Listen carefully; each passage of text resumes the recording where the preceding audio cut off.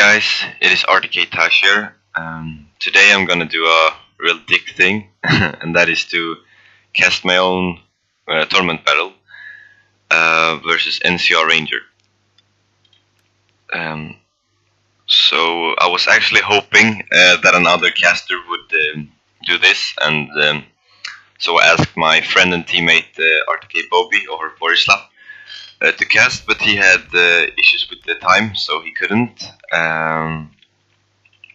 So I decided to make a more deep analysis of the battle, and I thought I could explain more thoroughly what was going on. So this is the first game. It was NCR's map pick, Pyramids, and he chose Getai as first pick, and I counterpicked with Tylis. I'm a bit embarrassed to show game number 1 because first of all I didn't play good at all. I was a bit tired. I was gonna go out bathing with a few friends, and NCR just wrote me, "It's possible to play now," so we just quickly ran up and decided to play. And my first mistake is my build. I don't like it at all myself. First, the thing that I don't really like is these two slingers here. I don't really like having these much skirmish. See, I have two Thracian cavalry, that is skirmish cavalry, and I have 2 Thracian peltas and 2 slingers. Having this much skirmish and this kind of combination of skirmish isn't adequate, in my opinion, mainly because that Getai doesn't have slingers of them by themselves, and with my rest of my build, this is a rush build. Like it is tireless. Like, what can I say? It's meant to rush, and if you look at my spears, I have just enough spears to protect my rear against the Getai cavalry, because Getai will always have cavalry advantage to Tylis, because Tylis doesn't have any good melee cavalry. And you can see that he brings 4 of these spear horsemen. A big shout out to Hamikal Barka for showing me how to use tactical markers in replays, by the way. And so I do not have enough. Spears or meat shields to cover these Celtic slingers once my Oathsworn and tribal warriors have connected. And yes, I could withdraw with these levy free and spear warriors to protect my rear. But the thing is, these noble swords will lose the Oathsworn, by the way. But these spear warriors are better than my spears, and this is a pretty smart decision by NCR to go for quality spears, because they will kill the levy freemen, which will force me to charge first, so the noble swords can get the charge bonus and then beat my own sworn. And then he's gonna fall back with the bows and shoot at my flanks. So I really can't withdraw them back and protect my rear, because I need them to micro them so I can get the charge. But we can press play here.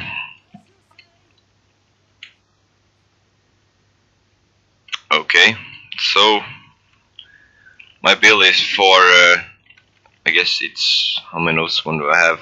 Is it 4? Yeah, it's 4. I'm disgusting. So 4 Oathsworn, 2 tribal warriors, 2 spear warriors, make it 3 spear warriors, and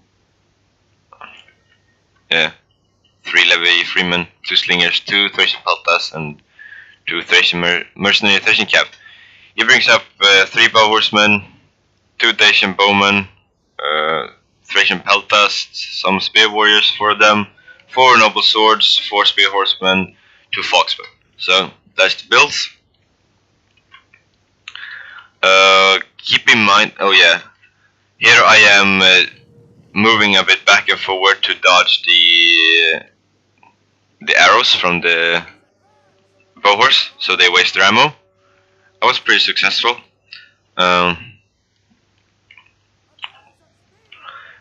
Keep in mind that in this tournament there are some rules, and since I'm admin and was the one that actually posted the rules, I could go through them. Camping your army in the forest is not allowed if you camp with more than 50% of your army. And so I cannot camp in this forest here with 50% of my army, so I can't do that. Also, NCR picked the map, which means that he is forced to play as the aggressor. And if you want to, there are a lot more deeper rules about that and so forth. But if you want to read, you can find them in our Steam group. Because it's sometimes hard to know what is an attacker and what is a defender, and how much does that limit my playstyle. And that is not my intention to limit anybody's playstyle. It is simply to, like, some of these tournament battles are as much entertainment for the eye as it is competitive gameplay. So we want to have clean, nice, good-looking battles.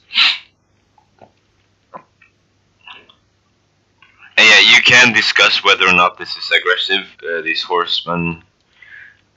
But it's actually, I think that it counts as aggressive play, because these are moves that are, he's weakening my army, right? And he's doing that aggressively with bow horse. And that is meant to build up his attack. This is smart targeting the tribal warriors, they have 90 armor. It is also smart to, I don't know if he thought about this, but you can see he has 2 bow horsemen on his left side and 1 on his right. I don't know if he did this on purpose, but it's actually better than having 2 on his right flank than on his left flank. No, wait, it's better to have 2 on your left flank than 2 on your right flank, because the shield is carried in the left hand, which means that if you shoot from the right side here, you will not hit the shield, and you will do more damage. Don't know if you thought about that, but it's true. Okay, so here begins now this part of the battle is actually, sometimes this part of the battle decides everything. He does some awkward things here.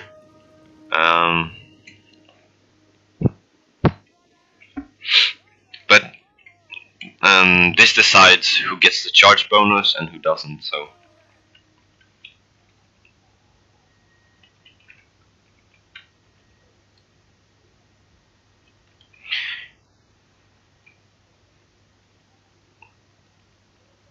His dash and bowman are targeting my levy 3, not the best target, but here I move forward way too early. This is a movement order, not an attack order, but still, it would even be better to fall back and not forward, because these heavy spears will absolutely destroy my levy 3 men, so it will force me to charge my Oathsworn. And now I have to find a way to work around the fact that I will lose the charge bonus.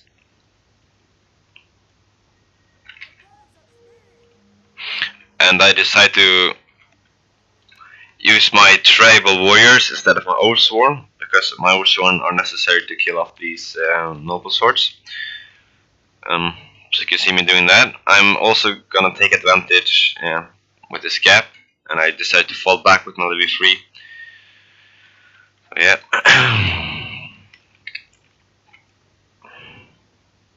This mercenary tree, this is a mistake, by the way. Could have been used far more better, like move up here and do some damage. Now, see, this move with the tribal warriors actually forced the noble swords of NCR to charge, and I can get my charge bonus off. You can see this happening. will also get the charge on this unit. However, this unit is isolated now. But when he sidesteps like this, I can get good shots at his flank, and I'm also free to charge in the center here. I'm actually microing these manually, by the way. So,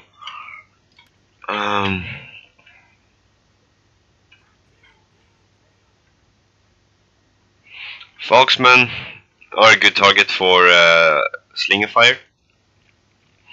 But here you can see that soon I'm building up a defense here with 3 spears, but you can see that I do not have enough to protect all of my skirmishers. These guys are actually terrific against cavalry. They'll do pretty damn well against them. You can see that it is actually a bit closer than expected.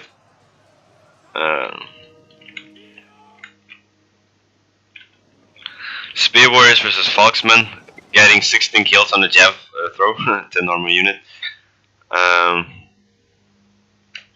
Foxmen have deadly charge. Now he's gonna try and cycle charge with his Foxmen, I imagine.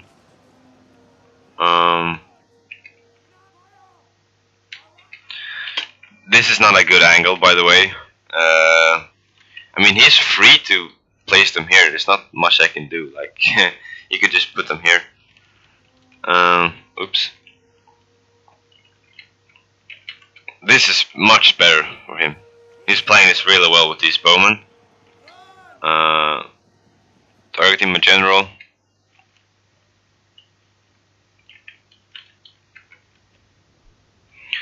I'm doing quite a bit of mistakes. But my build isn't really good versus Gitai, I must say.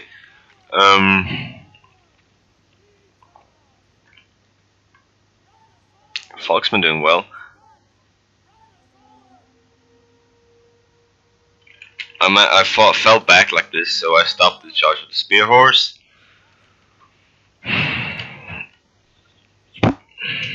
Micro mistake from NCR here. This side I'm going to win for sure. And this side, if I micro well and manage to support well enough here, these are Thracian Peltas, so they will win against the bow horse in melee. No problem. I get counter cavalry tactics like this, so I might mop up here, and then I'm free to support over here, and then I might win here as well. Won the center, isolated unit, however, 48 men, gonna get charged by 20 Zombo swords and some mercenary Thracian Peltas, which are never to be underestimated in melee. But I managed to free off my Oathsworn here. And I have to be careful so I don't make a pull through order. But they route, so now I'm free to move. This is horrible by me. Like, never do that. Better to target this or target the blob here. Much better. So I'm gonna charge here.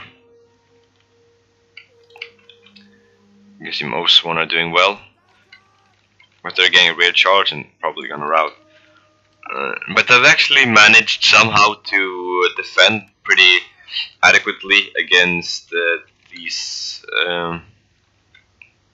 cavalry. But you can see like 12 kills on a slinger unit. Like, there's just poor planning in my build that caused this. I'm drawing away these mercenary Thracian Peltas because they're gonna win here without the issue. Oathsworn are doing so well, staying in the fight. Here I have to be careful so that I do not cause a blob, because that's perfect target for these bowmen. Thracian Peltas blocking the bow horse charge pretty well. They're gonna win over here as well. Okay, so I have one spear warrior. These guys do not have a shield screen or anything, but I use the tribal warrior to screen off the archers, and then gave time for my infantry to clear up what's left of his, and my first preparation belt tests to clear up whatever cavalry is left. Guard mode on. These are probably one of my favorite units in the game. They, together with picked belt tests. Getting good kills here on the bowman.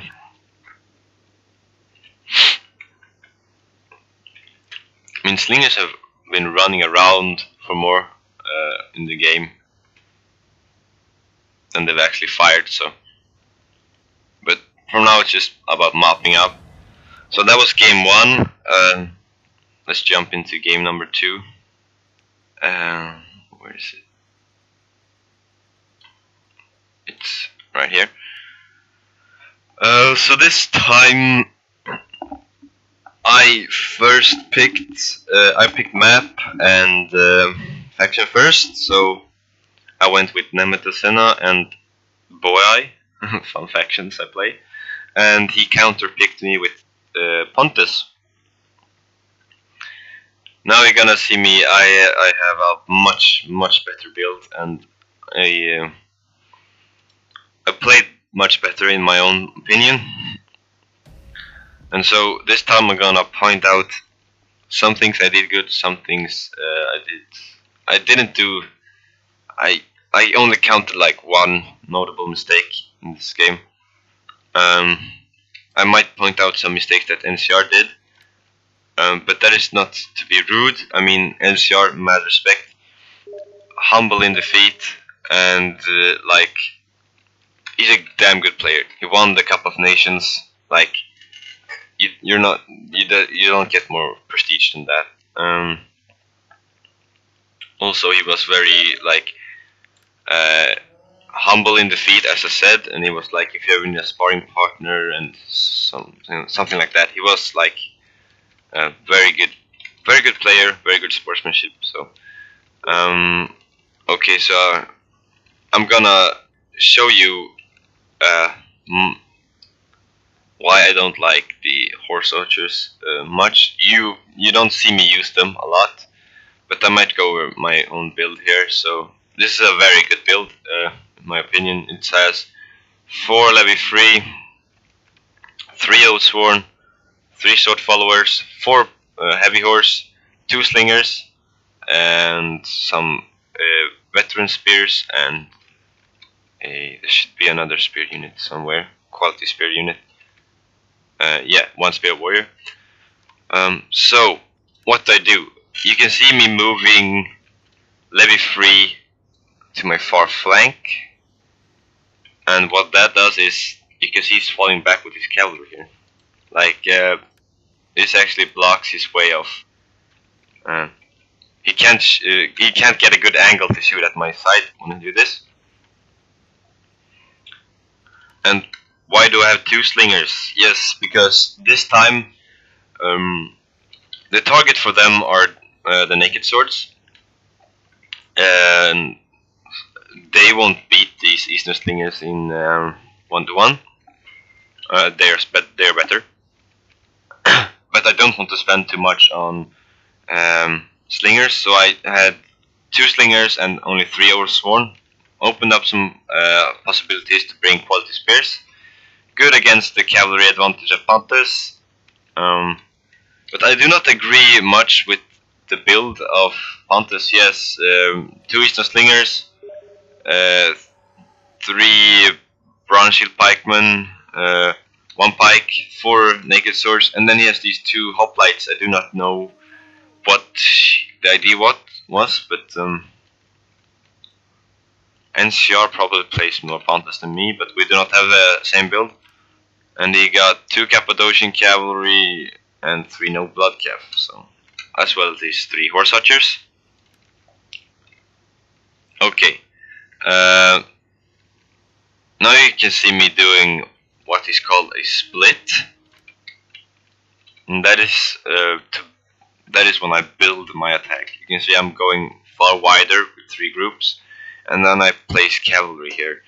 What this forces NCR to do here, you can see pikes are very mobile units, and they have to have their front lying down. So he has to position like this,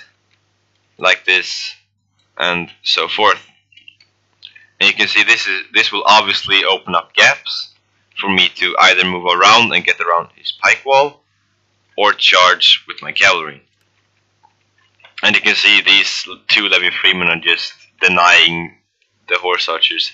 He has even started targeting the Levy Freemen just to get him off, which is horrible for him. I mean, one of these cost half of one of these horse archers. So,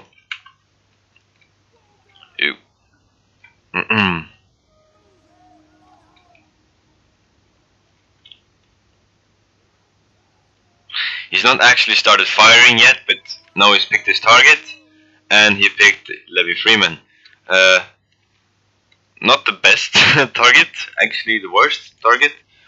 But I guess I'm so close, and he can see that I'm on his flank that he won't be able to use his season slingers very well. And now you can see that I have built up the attack. Like, this is patience. I'm sorry. It will sound like I like coronate myself a lot, but a good player is a good player, and when I do good things, it's better to point them out than to be humble. So naked warrior charge onto my Levy 3, not good at all. You can see me moving my Oathsworn to the side now, because the sword follower will beat them anyway without any casualties, so no need to use my Oathsworn. Okay, here I managed to block another merchant naked sword charge with Levy 3 men, making a split here in the gap that I created by building my attack, and I'm gonna be able to move around, even opening up an opportunity for my cavalry here. Shooting at the flank of these naked swords, pretty well done. The only mistake I really do in this battle is with this cav unit here. It will charge up here and then get side charged by this noble blood cavalry without me paying much attention. Okay, so now you can see me moving through the gaps that I created.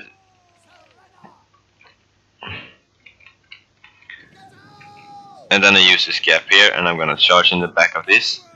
Now he wants to support, of course, with the naked swords, but I'm gonna deny everything by this cav charge. Mad kills right there.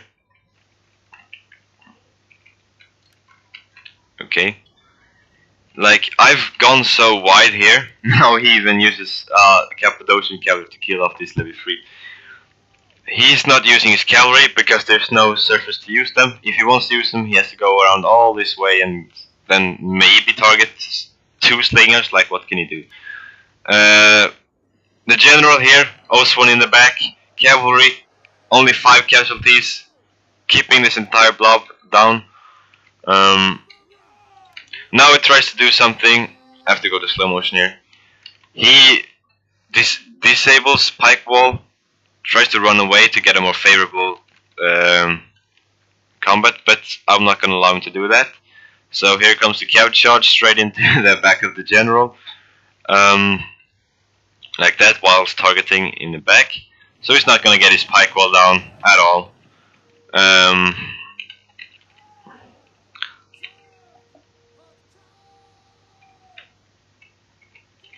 Getting to the Eastern Slingers, killing off the general.